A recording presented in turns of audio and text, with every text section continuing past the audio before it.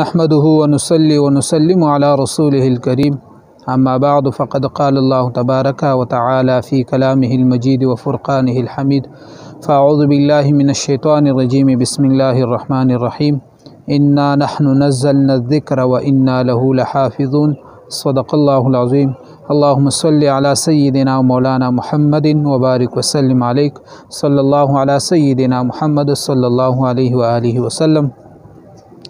محترم و عزتمندو دا ویډیو چې کومه ده دا د قرآن عظیم شان په باره کې ده چې دا یو بهترین کلام دی، ښایسته کلام دی، خوندور کلام دی.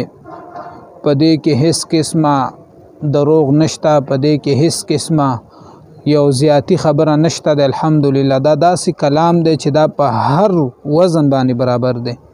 په دې کې نه کمی شته نه زیاتی شته، بس خدای پاک جل جلاله په حضور علیه السلام نازل کړی دی. دا مکمل دی.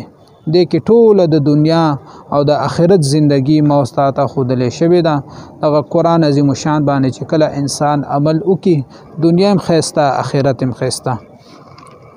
خو یاد ساتئ عزتمندو، دا سایډ کې به تاسو ته دا ویډیو ښکاري، دا یو پیشو ده او یو کس ورته څه خوراک نیولی دی.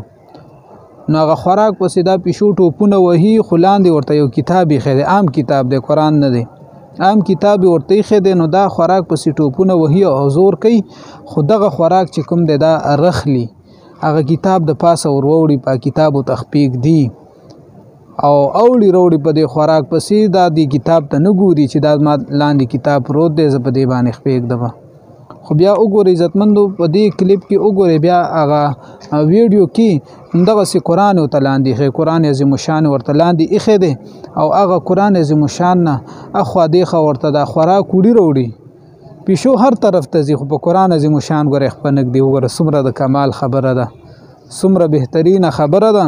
قرآن عظیم شان ته دا پیشو خپه نه ورجوختی، هغه دې غاړه اوري، اخوا دیخوا ته ګرځي، خو لیکن قرآن عظیم شان باندې دا خپه نږدې ولي. دا خدای پاک جل جلاله یو بهترین او سچ کلام پیدا کړی دی. مونږ او تاسو په آخري نبی حضور علیه السلام مبارک باندې نازل کړی دی.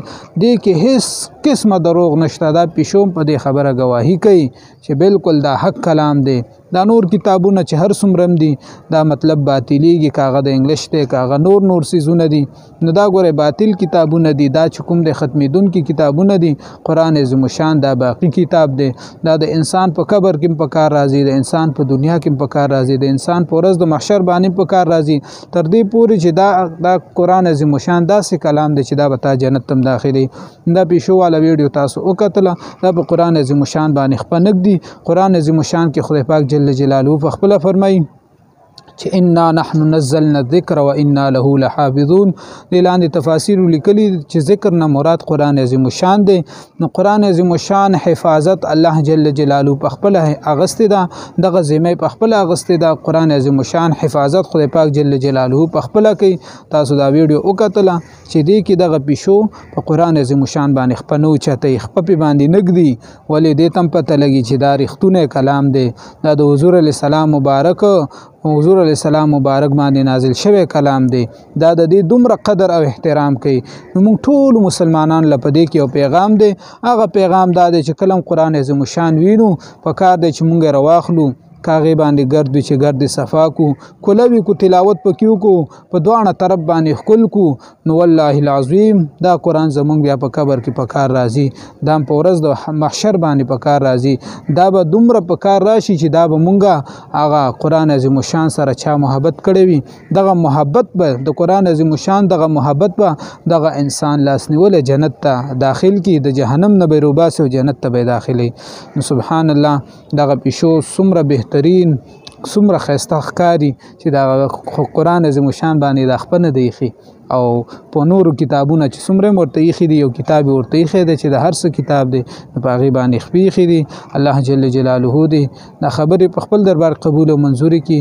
او چې څومره ملګري هم دا ویډیو ګوري، نو کوشش کوئ د نورو ملګرو سره شیر کوئ، صرف دې دپاره چې نور خلک داسې ویډیوګان نه عبرت واخلي.